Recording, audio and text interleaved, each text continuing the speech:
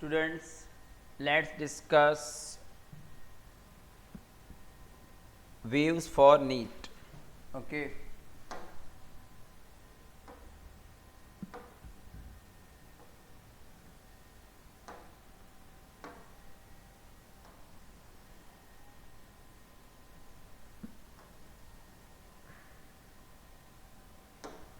So,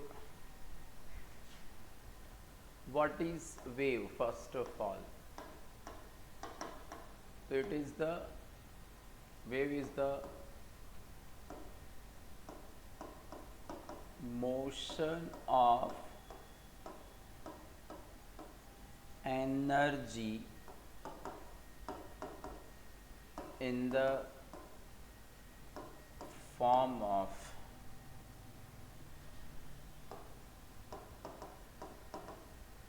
disturbance in medium is called the motion of energy in the form of disturbance in medium is called wave. ठीक है, तो wave ultimately motion of disturbance है. Disturbance यानी आप जिस तरह से एनर्जी प्रोड्यूस करते हो सिस्टम में वो. ठीक है. नाउ जब वेव प्रोड्यूस होगा, सपोज ये मीडियम है, आपने इस पार्टिकल को डिस्टर्बेंस दिया तो ये ऑसिलेट करेगा. थोड़ी टाइम बाद मीडियम का ये पोजीशन है, यानी ये पार्टिकल से लेके ये पार्टिकल ऑसिलेट कर रहे. ये वाला पार्टिकल यहाँ पर पहुँचा है, ये वाला पार्टिकल यहाँ पर पहुँचा है, ये वाला पार्टिकल यहाँ पर पहुँचा है, ये वाला पार्टिकल यहाँ पर पहुँचा है. इस तरह से यहाँ पर अभी डिस्टर्बेंस नहीं गया. ठीक है. तो इसकी ये ज़ीरो है और इसने अपना ऊपर वाला डिस्टर्बेंस, तो इसकी फेज़ पाई होगी. अब कुछ टाइम के बाद बराबर आपको इस तरीके की पोजीशन मिल रही है.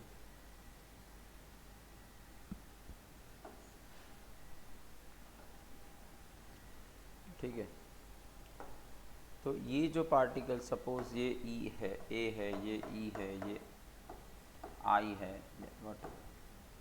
तो ये पार्टिकल इसने अपना एक ऑसिलेशन ख़त्म कर दिया, तो इसकी फेज़ होगी 2 पाई. इसने ऊपर वाला बराबर ऑसिलेशन ख़त्म कर दिया, नीचे बाकी, तो इसकी फेज़ पाई और ये फेज़ 0. तो ये आपका पूरा वेव बन गया है. ये आपका क्रेस्ट है और ये आपका ट्रफ है और ये पूरा एक वेव है. तो इसकी जो लेंथ है वो वेव लेंथ है लैम्बडा. ठीक है. तो इससे आप वेवलेंथ को डिफाइन कर सकते हो कि distance between two successive particles which oscillate with phase difference 2 pi radian is called wavelength. ठीक है. The distance between two successive particles which oscillate with phase difference 2 pi radian is called wavelength. तो ये wavelength है बराबर. अब ये आपका पूरा क्रेस्ट है, तो क्रेस्ट बराबर यहाँ से, सपोज आपका क्रेस्ट स्टार्ट हुआ, यहाँ से ट्रफ स्टार्ट हुआ, तो उनके बीच फेस डिफरेंस पाई होता है. तो ये भी एक नोट करने वाली बात है कि phase difference between crest and trough, phase difference between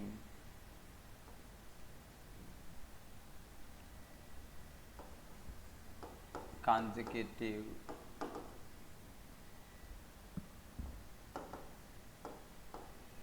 trough and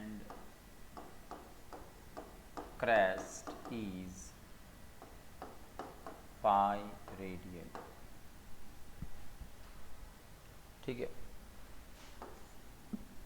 अब अगर lambda distance for phase difference 2 pi radian है तो 1 यूनिट डिस्टेंस पर फेज डिफरेंस कितना होगा? It is 2 pi by lambda. 2 pi by lambda is called wave vector और angular wave number.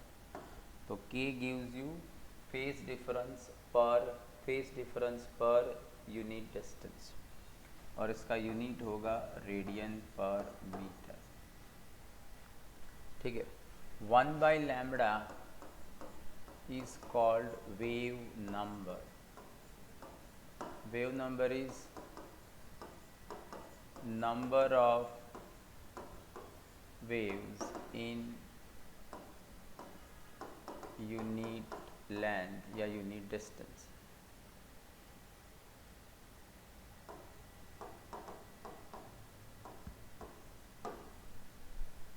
ठीक है,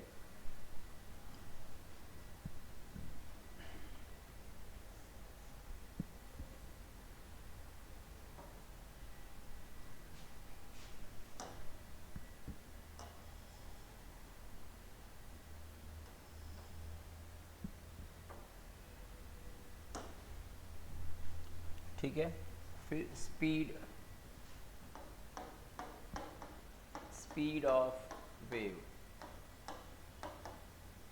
speed of wave. Speed of wave में listen, हमें पता है स्पीड यानी distance by time. Generally speed is distance by time.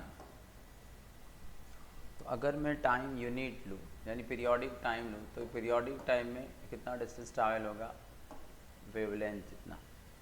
ये जो है क्वेश्चन, ये जो हमने डिस्कस किया, तो यहाँ पर t 0 था, जब ये पूरा वेव बन गया तो ये टाइम t था।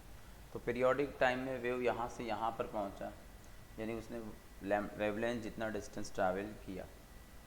तो v is equal to lambda by T. अब आपको पता है कि 1/t क्या होगा? फ्रीक्वेंसी। तो v is equal to lambda F. ठीक है, अब यहाँ पर there are 3 quantities v, lambda and f। तो v एंड लैम्बडा आर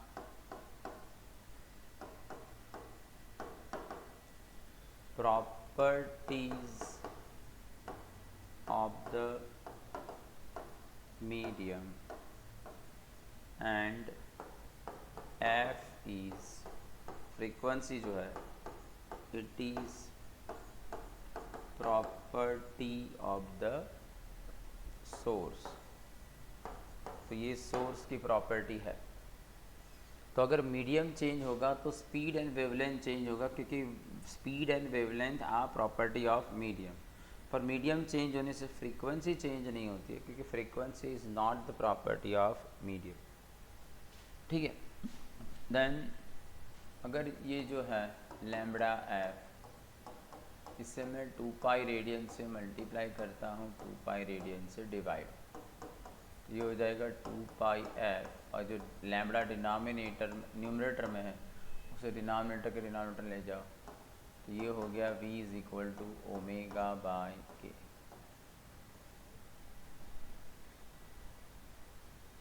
ठीक है, अब स्पीड ऑफ वेव को ही आगे बढ़ाते हम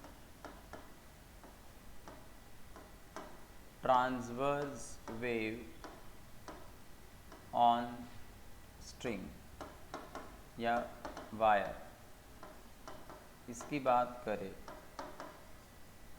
तो जो स्पीड है वो 2 चीज़ों पर डिपेंड करती है, टेंशन पर एंड म्यू पर। यहाँ पर T जो है वो स्ट्रिंग में जो टेंशन है वो है, it represents the property of elasticity. And mu जो है it is linear mass density mass per unit length. बराबर, तो you can derive that speed of transverse wave on a string और वायर, बराबर वो है v is equal to under root T by mu.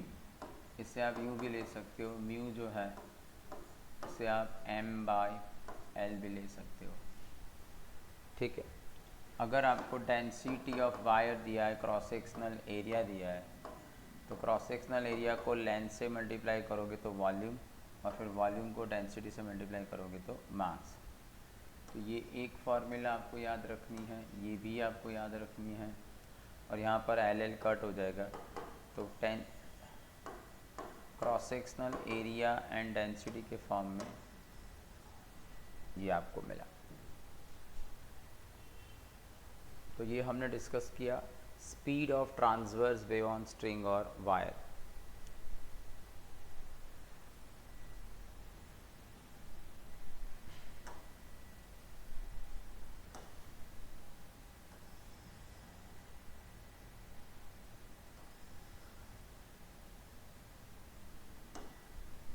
फिर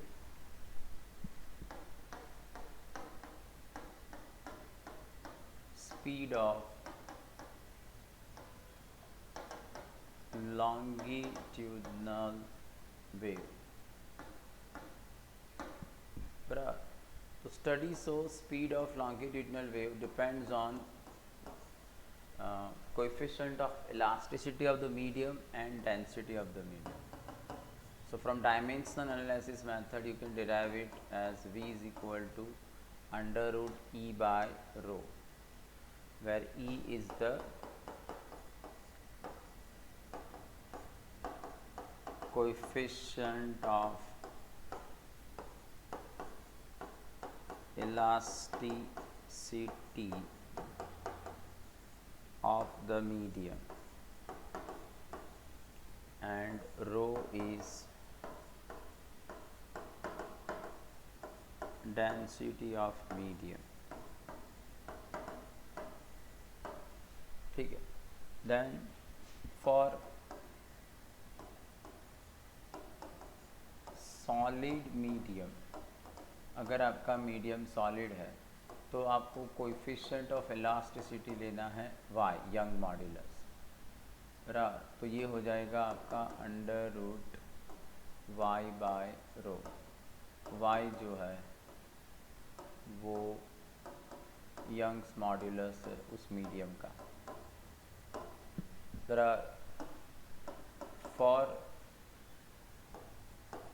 fluid, अगर fluid है तो कोएफिशिएंट ये आपको लेना है bulk modulus, coefficient of elasticity आपको लेना है बल्क मॉड्यूलस। ये आपको मिलेगा v is equal to under root b by rho, ठीक है। फिर आपको पता है साउंड जो है वो लॉन्गिट्यूडिनल वेव है, बराबर। And when sound propagates in the medium, बराबर, तो ये वो कॉन्ट्रैक्शन यानी कंप्रेशन एंड रेयरफेक्शन से आगे जाता है। तो कंप्रेशन में प्रेशर बढ़ता है, रेयरफेक्शन में कंप्रेशर कम होता है। सो प्रोपोगेशन ऑफ साउंड वेव यानी propagation of longitudinal wave is considered as it's a thermodynamic phenomena, ठीक है, थर्मोडायनेमिक प्रोसेस। तो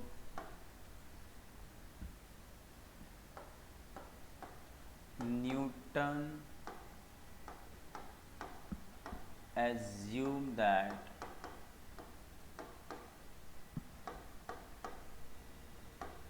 propagation of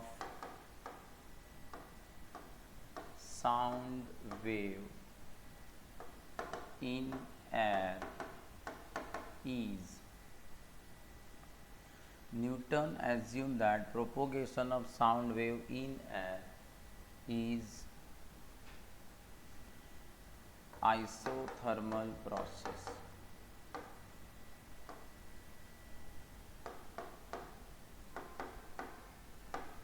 अब अगर आइसोथर्मल प्रोसेस कंसीडर करके हम बल्क मॉड्यूलस फाइंड करते हैं तो आइसोथर्मल यानी पीवी कांस्टेंट, तो P इंटू के वी की power -1। If I derivative this dP by dV के -1 v raised to -2. It is minus k v raised to -1 v raised to -1. So therefore dp by dv क्या हो गया, अब ये k v की power -1 p हो जाएगा, तो minus p bye v।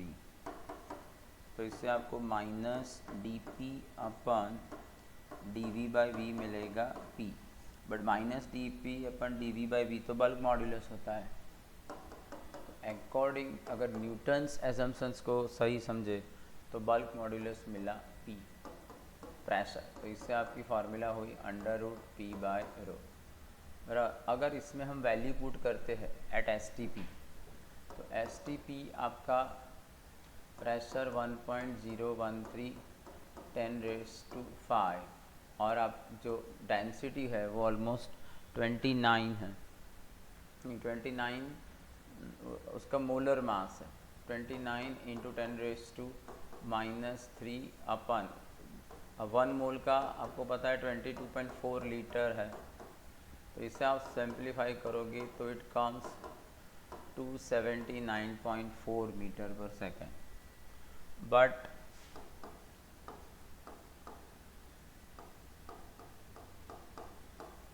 experimental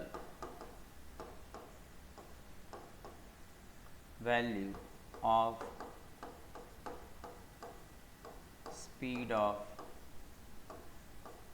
sound wave is 331 metre per second.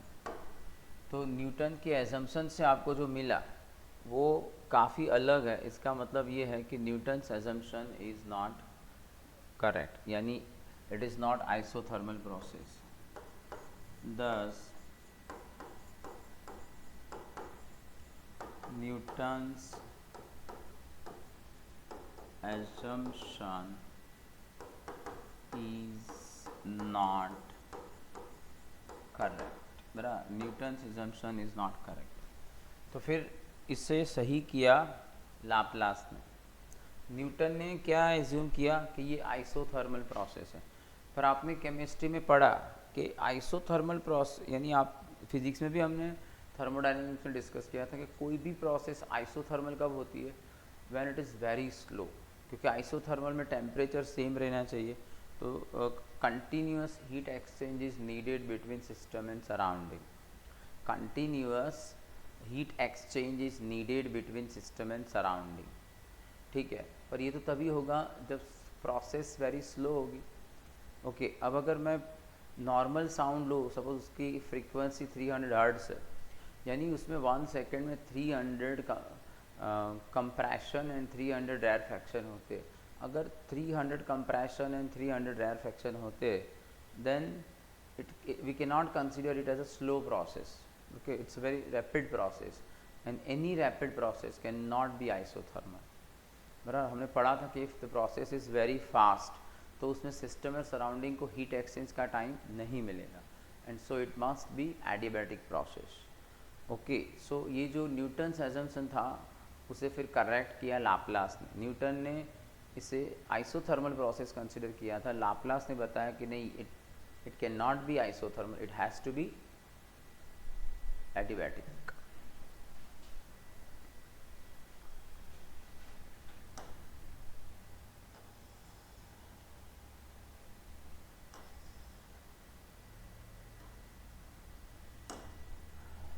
Okay, तो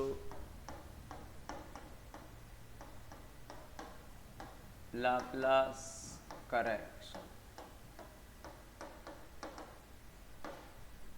ठीक है। तो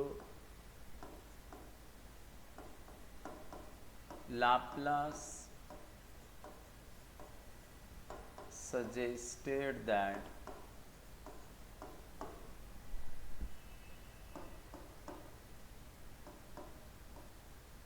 propagation of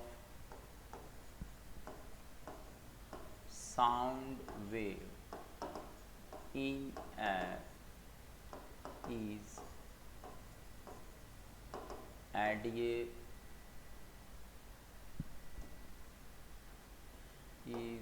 adiabatic process।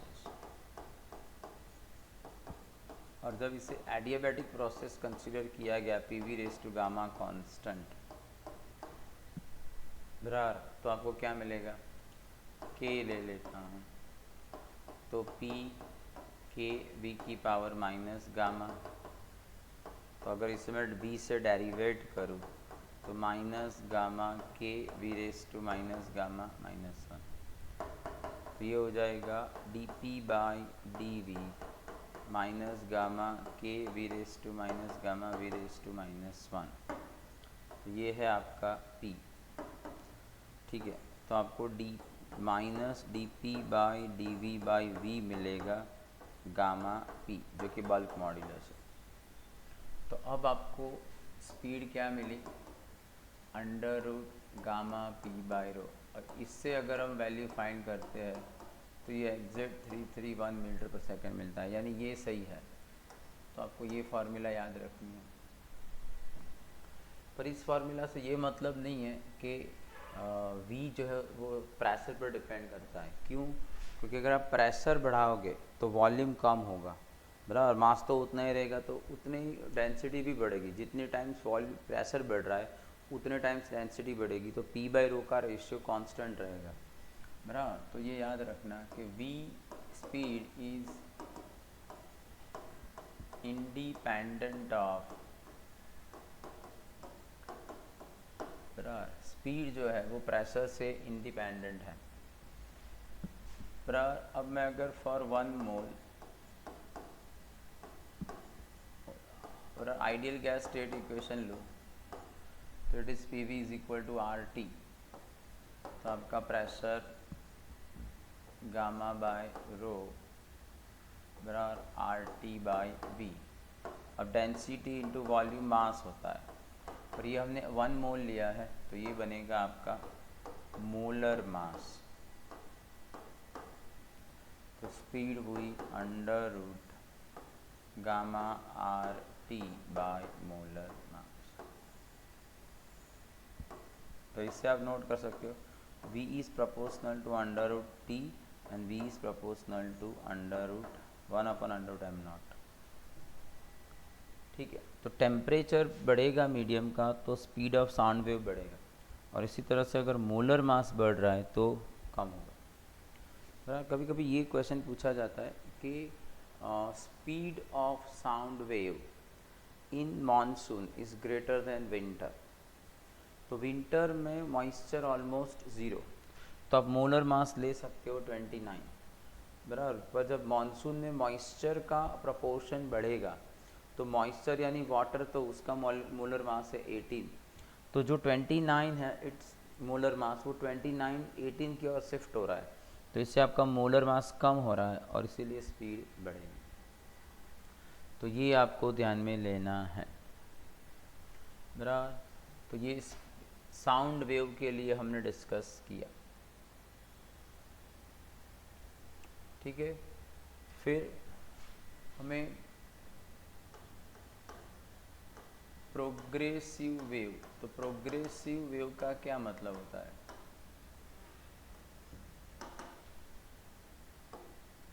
Wave which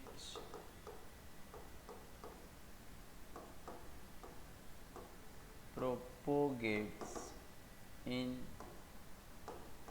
medium ahead and ahead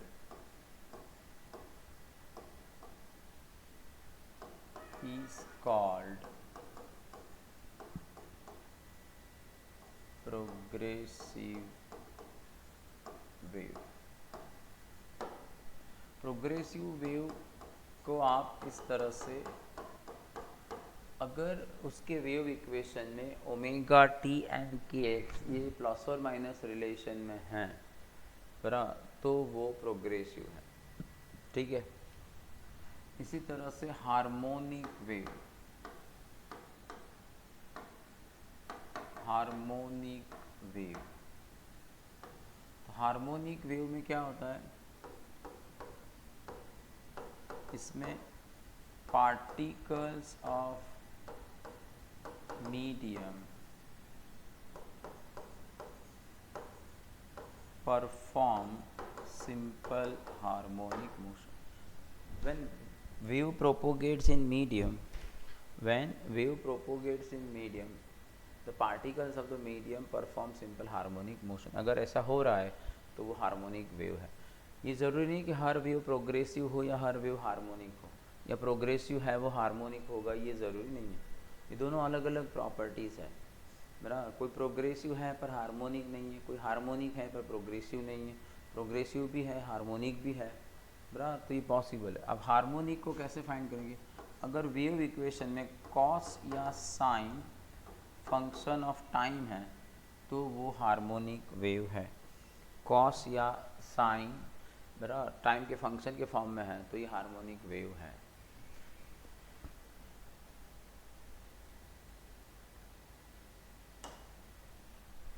then wave equation को डिस्कस करना है.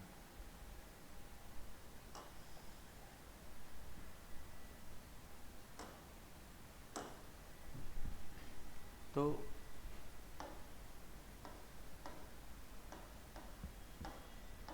Wave equation for progressive harmonic wave. तो अगर कोई प्रोग्रेसिव हार्मोनिक वेव है तो उसका वेव इक्वेशन इस तरीके का होगा. y a sine omega T plus और माइनस के एक्स फाई. तो फाई क्या है? जो सोर्स है. बराबर.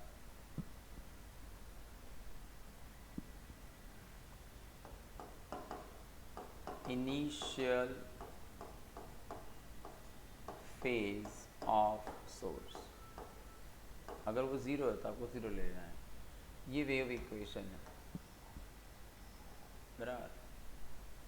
अगर इसमें omega T plus K x है तो इसका मतलब है बराबर वेव प्रोपोगेट्स इन नेगेटिव एक्स डायरेक्शन. तो ये नेगेटिव एक्स डायरेक्शन में प्रोपोगेट करने वाला वेव है. और अगर ये omega T minus K x type का है तो wave propagates in positive x direction.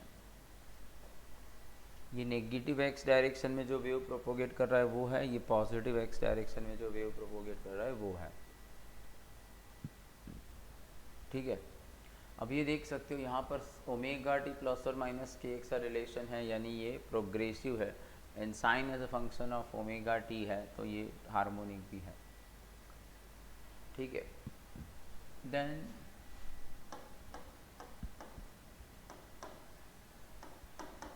reflection from rigid support.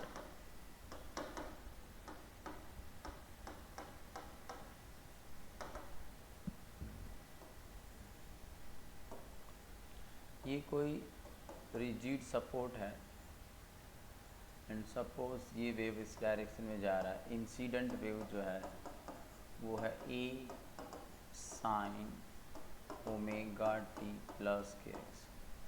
अब जब ये वेव जो है ये रिजिड सपोर्ट से रिफ्लेक्ट होगा तो आप दो चेंजेस नोट करोगे. इंसिडेंट अगर आप क्रैश्ड हो रहा है तो रिफ्लेक्ट होकर जो शेप आएगा वो ट्रफ होगा. और आपको पता है क्रैश्ड और ट्रफ के बीच पाई का फेस डिफरेंस होता है. तो आपकी फेस पाई से इंक्रीज होती है और ये नेगेटिव एक्स डायरेक्शन में जा रहा है, प्रोपोगेट कर रहा है, तो रिफ्लेक्टेड जो होगा वो पॉजिटिव एक्स डायरेक्शन में जाएगा. बराबर. तो ये एक आपको नोट करना है कि when wave is reflected from rigid support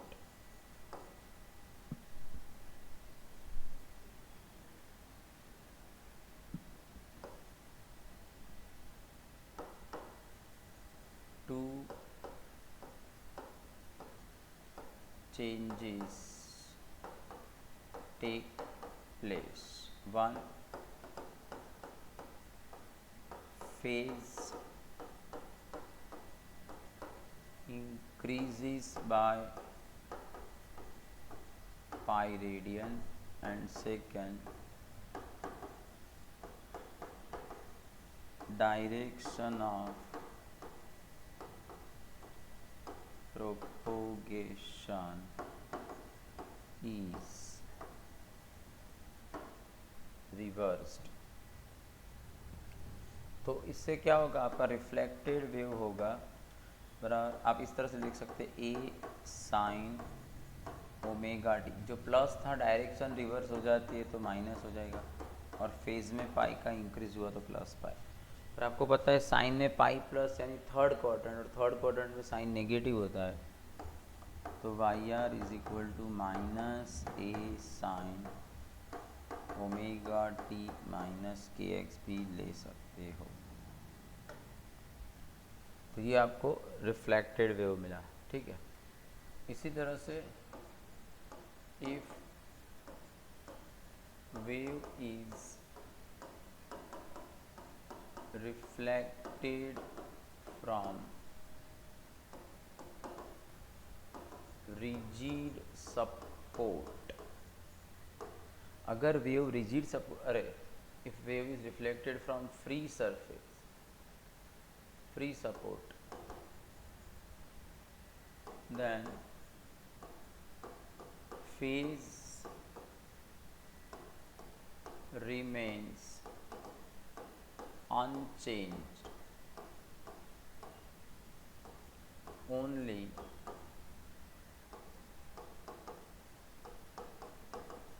direction of propagation is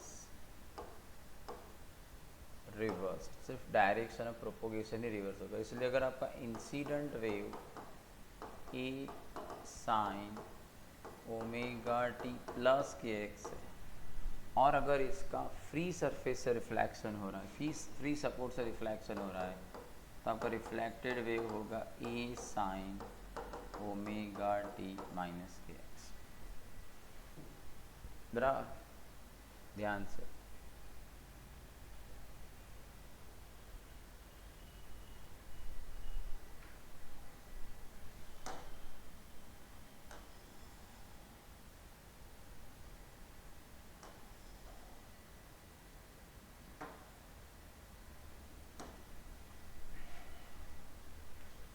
फिर standing waves,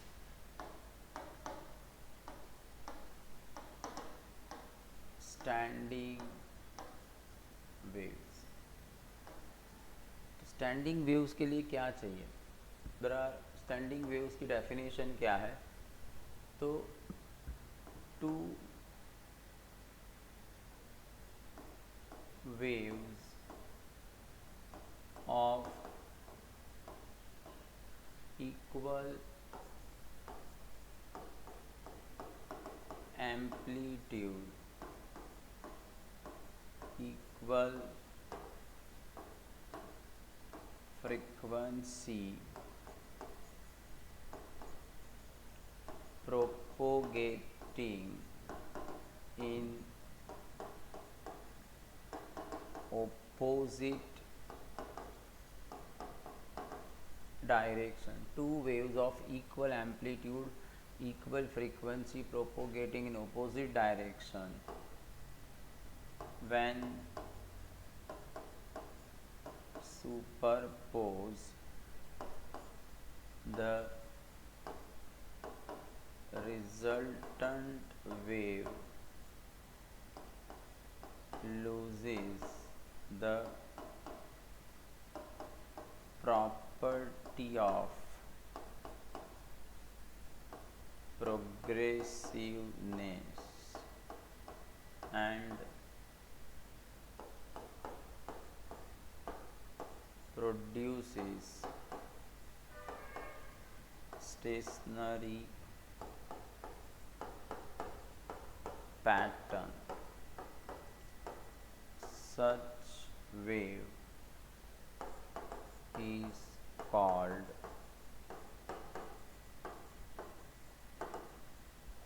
standing wave, or it is also called stationary wave. ठीक है, तो स्टैंडिंग वेव्स या स्टेशनरी वेव्स के लिए आपको कैसे वेव्स चाहिए? Equal in amplitude, equal in frequency, propagating in a same medium in opposite direction. When such two waves superpose, the resultant wave loses its property of progressiveness and thus stationary pattern is formed. Such wave is called standing wave. तो हम standing waves on string ले रहे हैं, on string. तो suppose ये string है,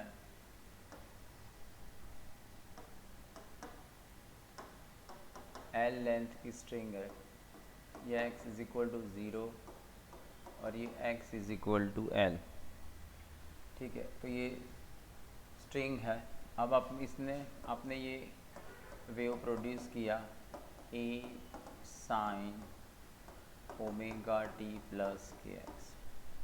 अब जब ये रिफ्लेक्ट होगा तो ये हो जाएगा minus A sine omega T minus K X. Now आप you can see both waves have equal amplitude, equal frequency, propagating in opposite direction and they superpose। तो इससे इनका जो रिजल्टेंट वेव मिल रहा है तो वो वेव होगा 2a sine k x cos omega T. अब आप देख सकते हो कि इसमें ओमेगा टी प्लस और माइनस के एक्स वाला फंक्शन नहीं है, क्योंकि ओमेगा टी प्लस और माइनस के एक्स वाला फंक्शन नहीं है तो ये प्रोग्रेसिव नहीं है, so it is harmonic wave. इसमें एक और चीज़ नोट करो, अगर सपोज इसमें स्टैंडिंग वेव्स प्रोड्यूस होते, there are many types of standing waves. तो सपोज हम कोई एक पॉसिबिलिटी लेते हैं,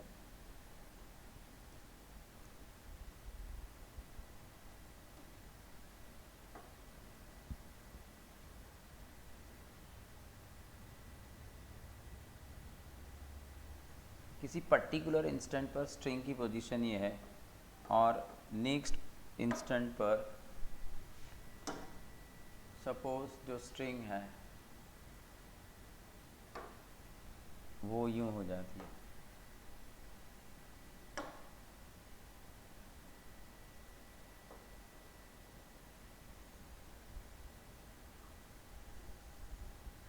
you can see stationary pattern है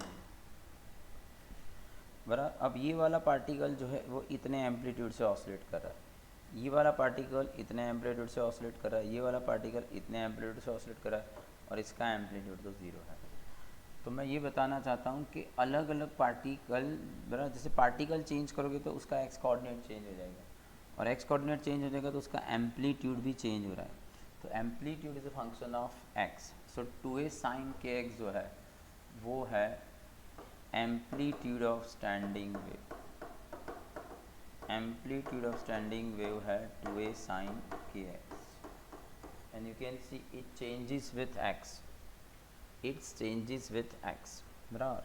तो कुछ पार्टिकल्स ऐसे भी है जहाँ आपको एम्पलीट्यूड बराबर मिनिमम या 0 मिलेगा, तो node that is called node. तो ये सारे नोड है, तो नोड के पास एम्पलीट्यूड इज मिनिमम, यहाँ पर 0 है, यहाँ पर आपका एम्पलीट्यूड 0 है। ठीक है, अब ये एक पूरा वेव हुआ बराबर, तो ये पूरा वेव यानी ये डिस्टेंस लैम्बडा होगा। तो किसी एक लूप का डिस्टेंस कितना होता है? लैम्बडा बाई 2, और आपका रिजिड सपोर्ट से आपका पहला नोड लैम्बडा बाई 2 पर है। तो from x is equal to 0 nodes are at distances lambda by 2, lambda 3 lambda by 2, 2 lambda etcetera. तो जो फर्स्ट नोड होगा वो लैम्बडा बाई 2 डिस्टेंस पर है, फिर lambda 3 lambda by 2 like this. और किसी भी दो का सक्सेसिव का डिफरेंस लोगे तो लैम्बडा बाई 2 मिलेगा। तो ये भी एक नोट करने वाली बात है कि distance between two successive nodes is lambda by 2. Distance between two successive nodes is lambda by 2. बराबर। यहाँ पर एम्पलीट्यूड मिनिमम है इसलिए इंटेंसिटी मिनिमम होगी। अगर यहाँ पर जो मिनिमम इंटेंसिटी होगी वो इसलिए होगी कि नोड के पास एम्पलीट्यूड का सब्ट्रैक्शन हो रहा है। अगर जो दो वेव सुपरपोज हो रहे हैं उनका एम्पलीट्यूड सेम नहीं है तो वहाँ पर इंटेंसिटी होगी बराबर I minimum and it is directly proportional to बराबर A1 यानी एम्पलीट्यूड के डिफरेंस का स्क्वायर। इसी तरह से एंटी नॉड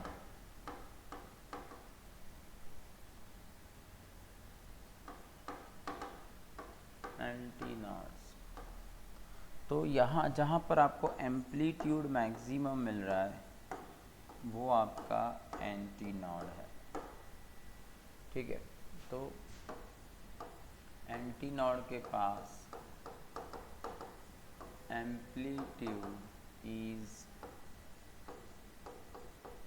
मैक्सिमम, एम्पलीट्यूड आपका मैक्सिमम है।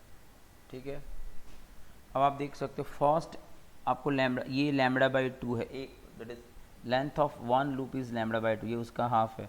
तो first antinode is at lambda by 4, फिर lambda by 4 lambda by 4 lambda by 4, तो ये होगा सेकंड होगा 3 लैम्बडा बाई 4 पर। तो from x is equal to 0 antinodes are at distances lambda by 4, 3 lambda by 4, 5 lambda by 4 and so on. Clear? फिर distance between two successive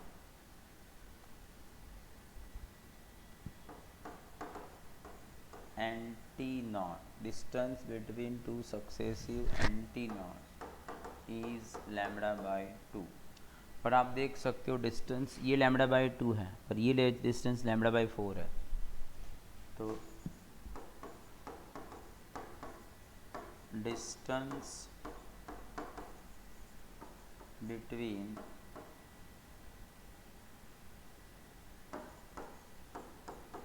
successive node and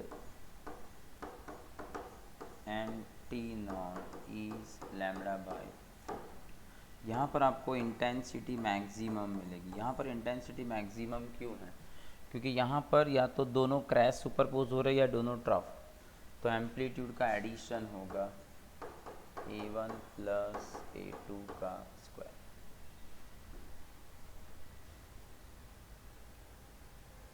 ठीक है,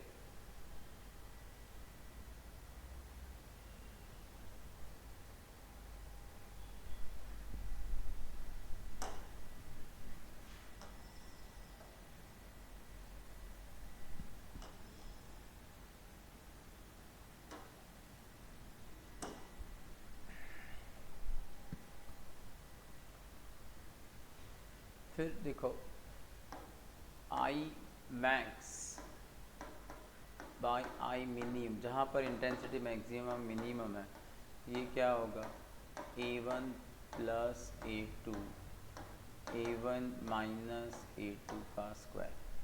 अब जो इंडिविजुअल इंटेंसिटी है I1 is proportional to A1 square and I2 is proportional to A2 square.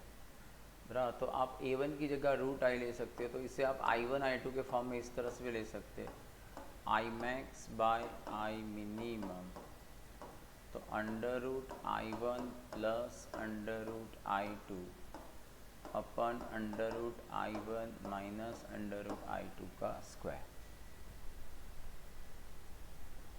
ठीक है, फिर हमें डिस्कस करना है नॉर्मल मोड्स। इसके लिए नॉर्मल मोड्स, तो लिसन,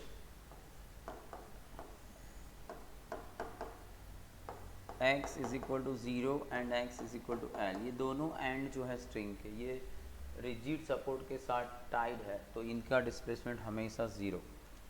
तो इससे बड़ा डिस्प्लेसमेंट 0 है, इसका मतलब है साइन के एक्स वाला टर्म 0।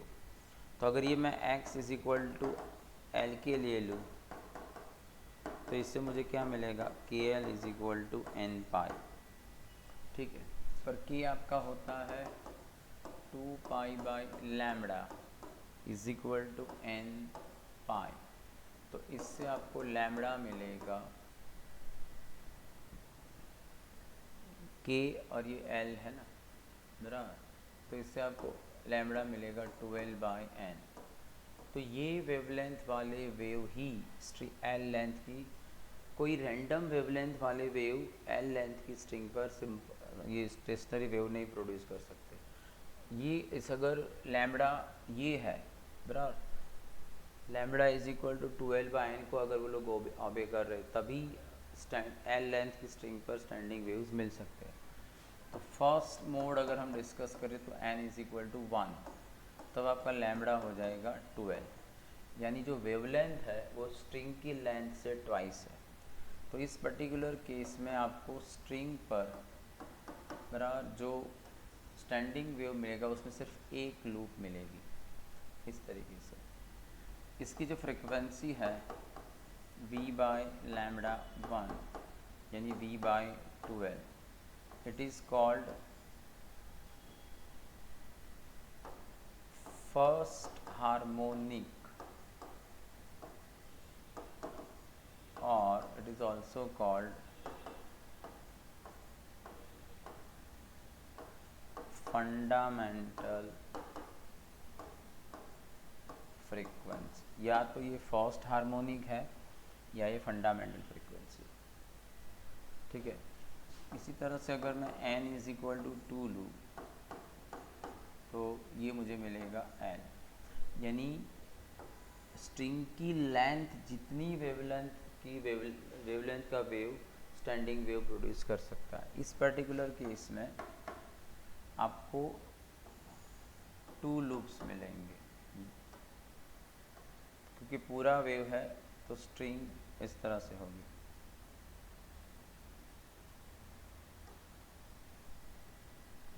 इसके करस्पॉन्डिंग जो फ्रीक्वेंसी है v by lambda 2 v by L 2 v by twice L, तो ये हो जाएगा twice f1। So f2 is called second harmonic और it is also called first overtone. ये सेकेंड हार्मोनिक इसलिए है क्योंकि it is twice f1, but because it is next to fundamental frequency so it is called first overtone. तो ऐसा नहीं है कि जो सेकेंड हार्मोनिक है वही हमेशा फर्स्ट ओवरटोन है। सेकेंड हार्मोनिक होने का रीज़न अलग है, फर्स्ट ओवरटोन होने का रीज़न अलग है। Second harmonic because it is 2 times fundamental frequency और 2 times first harmonic, but because it is next to fundamental frequency so it is called first overtone. Suppose मुझे नेक्स्ट टू फंडामेंटल 3f1 मिलता, तो 3f1 होता तो ये third harmonic होती, पर क्योंकि नेक्स्ट टू फंडामेंटल है इट रिमेन्स फर्स्ट ओवरटोन। ठीक है, अब जनरल लैम्बडा n आपको मिला है 12 बाय n, तो आपको fn मिलेगा v बाय 12 इंटू n यानी n times f1। So fn is n harmonic और it is also called n-1 overtone. ठीक है, तो ये हमने डिस्कस किया नॉर्मल मोड्स ऑन बराबर, नॉर्मल मोड्स ऑन स्ट्रिंग।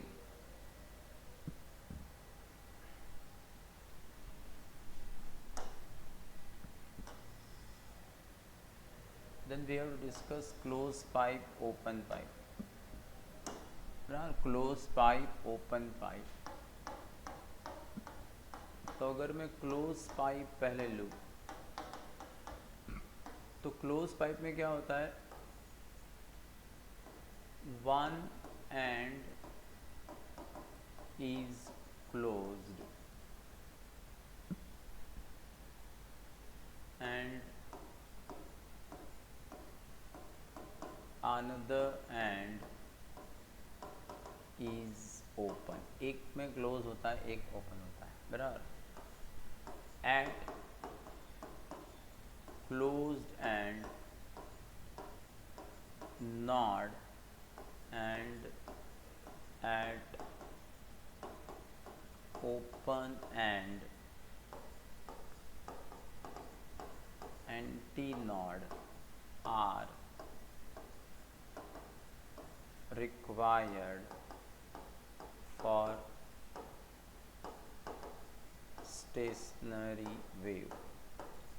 अगर आपको क्लोज पाइप में स्टेशनरी वेव चाहिए तो वी नीड, क्या चाहिए हमें, node eight close and and anti node eight open and बराबर। तो इसमें कौन कौन सी तो आप लेंथ फाइंड करोगे एल, तो either it is lambda by 4 और 3 लैम्बडा बाई 4। अगर आप देखोगे इसमें तो ये x इज इक्वल टू 0 है, तो लैम्बडा बाई 4 होगा तो node anti node, 3 lambda by 4 होगा तो node anti node, 5 lambda by 4 होगा तो नोड एंटी नोड, इस तरह से। ठीक है, तो अगर lambda by 4, 3 lambda by 4, 5 lambda by 4 ये लेंथ ऑफ द पाइप है तो आपको स्टैंडिंग वेव्स मिल सकते हैं। तो ये क्या हो जाएगा, 2n-1 लैम्बडा बाई 4। ये 1, 3, 5 जो ऑड नंबर है वो इस तरह से होगा, तो आपको लैम्बडा मिलेगा 4l बाई 2n-1। तो अगर ये कंडीशन फुलफिल होती है तभी आपको क्लोज पाइप में स्टैंडिंग वेव्स मिलेंगे। इसके लिए अगर मैं फर्स्ट मोड डिस्कस करूँ n इज इक्वल टू 1 तो लैम्बडा 1 हो जाएगा 4l, यानी l is equal to lambda by 4। तो उसमें स्ट्रिंग में आपको यूँ मिलेगा, F1 हो जाएगा v बाई लैम्बडा 1 यानी v बाई 4l। ओके, तो क्लोज पाइप में फर्स्ट हार्मोनिक है v बाई 4l, तो ये है फर्स्ट हार्मोनिक और फंडामेंटल फ्रीक्वेंसी, फंडामेंटल फ्रीक्वेंसी। ठीक है, फिर अगर मैं n इज इक्वल टू 2 लेता हूँ तो लैम्बडा 2, तो ये हो जाएगा 4l बाई 3। तो इसमें अगर आपको पाइप में यूँ ये नॉड, यहाँ पर एंटी नॉड, तो F2 हो जाएगा v by lambda 2, v by 4l, 3 ऊपर आ जाएगा तो इट इज़ 3F1। 3F1 है इसलिए F2 क्या है, F2 is third harmonic, F2 is third harmonic और फर्स्ट ओवर टॉन। तो इसमें आपको फर्स्ट से फिर थर्ड हार्मोनिक मिला, यानी इसमें आपको इवन हार्मोनिक्स नहीं मिलते। Close pipe, no even harmonics इसमें आपको इवन हार्मोनिक्स नहीं मिलते, ठीक है। तो इन जनरल अगर मैं लूँ तो लैम्बडा एन आपका है 4l अपन 2n माइनस 1, और अगर एफ एन फाइंड करो v by lambda n v by 4l 2n minus 1 यानी 2n माइनस 1 f1। तो ये एफ एन क्या हुआ 2n माइनस 1 हार्मोनिक और n माइनस 1 ओवरटोन। या तो ये 2n माइनस 1 हार्मोनिक है या n माइनस 1 ओवरटोन। तो आपको ये याद रखना है बराबर। एक तो ये कि क्लोज पाइप में आपको जो फंडामेंटल फ्रीक्वेंसी मिलती है वो v/4l है। इसमें सिर्फ इवन और हार्मोनिक्स मिलते हैं, फर्स्ट के बाद थर्ड, थर्ड के बाद ये जो थर्ड हार्मोनिक है दैट इज़ फर्स्ट ओवरटोन, ठीक है। जो फिफ्थ हार्मोनिक होगी वो सेकंड ओवरटोन, लाइक दिस बराबर। अब ओपन पाइप के लिए अलग से डिस्कस करने की ज़रूरत नहीं है। Open pipe is similar two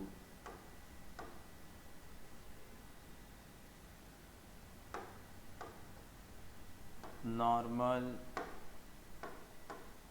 modes on string.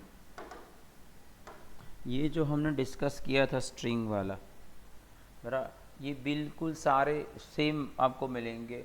Open pipe के लिए भी आपको लैम्बडा 12/n ही मिलेगा, उसकी फर्स्ट फ्रीक्वेंसी भी आपको v/12 ही मिलेगी। तो जो आपने normal modes of vibration for string याद रखा है वो सारे ओपन पाइप में आप यूज़ कर सकते हो, तो वो सिमिलर ही है। फिर जो लास्ट टॉपिक है वो है बिट्स।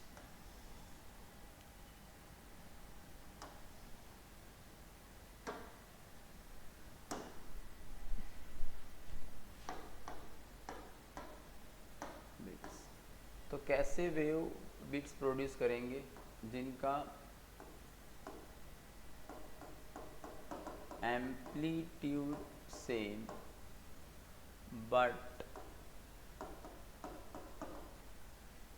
स्लाइटली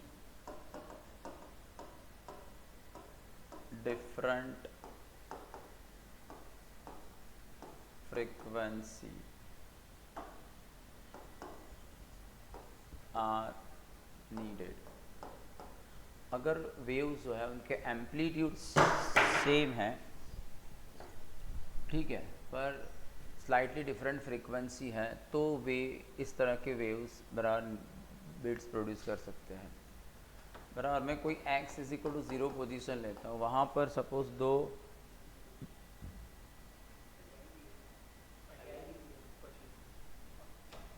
बराबर, सपोज ये वेव है a sine omega 1t, a sine omega 2t। तो ये जब सुपरपोज होंगे तो ये मिलेगा 2a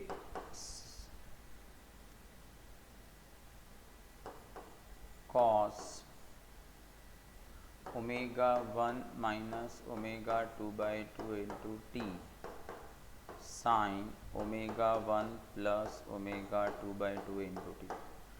तो ये जो बीट्स है इसमें एम्पलीट्यूड भी पीरियोडिक फंक्शन है, डिस्प्लेसमेंट भी पीरियोडिक फंक्शन है। तो ये जो ओमेगा 1 माइनस ओमेगा 2 वाला जो टर्म है वो एम्पलीट्यूड का है। तो यहाँ पर बीट का जो एम्पलीट्यूड है वो है 2a cos omega 1 minus omega 2/2। तो एम्पलीट्यूड की फ्रीक्वेंसी हुई एंगुलर फ्रीक्वेंसी ओमेगा 1 ये, ठीक है। तो ये 2 f1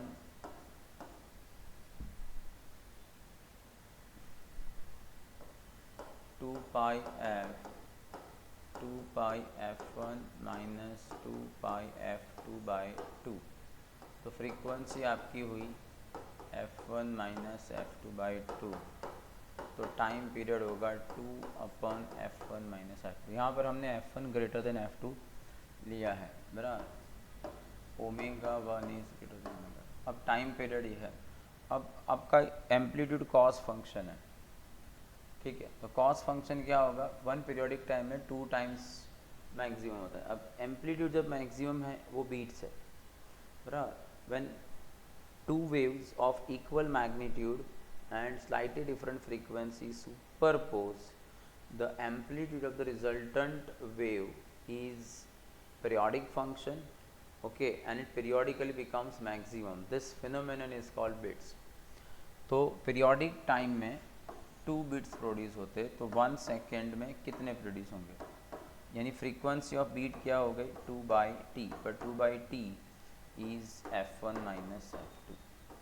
तो 1 सेकेंड में आपको f1 minus f2 times beat मिलेंगे, यानी जो वेव सुपरपोज हो रहे जो मिलकर बीट्स प्रोड्यूस करे उनकी फ्रीक्वेंसी का जो डिफरेंस होगा वो बीट्स की फ्रीक्वेंसी होगी, यानी 1 सेकेंड में उतने बीट्स प्रोड्यूस होंगे, ठीक है। फिर इसमें कभी कभी इस तरीके के क्वेश्चंस पूछे जाते हैं। समझो एक सिंपल एग्जांपल लेता हूँ। सपोज 2 ट्यूनिंग फॉर्क है ए बी, वो मिलकर सपोज 9 बीट्स प्रोड्यूस कर रहे हैं। अब हमें ये नहीं पता है कि ए की फ्रीक्वेंसी ज़्यादा है या बी की फ्रीक्वेंसी ज़्यादा है, तो आप इसे यूँ ले सकते हो, इन दोनों में से कोई एक रिलेशन ट्रू है, बराबर। अब सपोज़ आपको ये बताया गया कि जो बी ट्यूनिंग फॉर्क है उस पर वैक्स लगाया जाता है और उससे उसकी फ्रीक्वेंसी कम हो जाती है, तो एफ बी डैश जो नई फ्रीक्वेंसी है वो पुरानी फ्रीक्वेंसी से कम होगी। अब अगर ये केस होगा तो क्या होगा, फ्रीक्वेंसी कम हुई तो डिफरेंस और बढ़ेगा। डिफरेंस 5 मिनट में आओ, क्या, हाँ। तो इसमें क्या होगा, अगर ये केस है बराबर, तो बी की फ्रीक्वेंसी कम होगी तो नंबर ऑफ बिट्स बढ़ेंगे वैक्स लगाने के बाद। यानी अगर आपको क्वेश्चन में ये दिया गया है कि वैक्स लगाने के बाद नंबर ऑफ बिट्स बढ़ रहे तो f a minus f b is equal to 9, ये रिलेशन ट्रू है if number of beats increases. और इसी तरह से अगर सपोज नंबर ऑफ बिट्स कम हो रहे तो b f b dash f b से कम है, तो अगर ये केस होगा तो एफ बी कम होने के कारण डिफरेंस कम होगा तो नंबर ऑफ बिट्स कम होंगे। यानी अगर आपको ये बताया गया है कि वैक्स लगाने के बाद नंबर ऑफ बिट्स बढ़े तो दिस इज़ द रिलेशन, और अगर वैक्स लगाने के बाद नंबर ऑफ बिट्स कम हुए तो फिर बराबर f b minus f a is equal to 9 relation सही है if number of beats decreases, ठीक है। और दोनों में से, और आपको दोनों में से किसी एक की फ्रीक्वेंसी तो दी गई होगी और इस तरीके से इन्फॉर्मेशन दी गई होगी, तो इस तरह से आपको सोचना है। तो ये हमने जो वेव्स चैप्टर है उसे नीट के लिए उसके कंसेप्ट्स को ध्यान याद किया, रिमाइंड किया, ठीक है।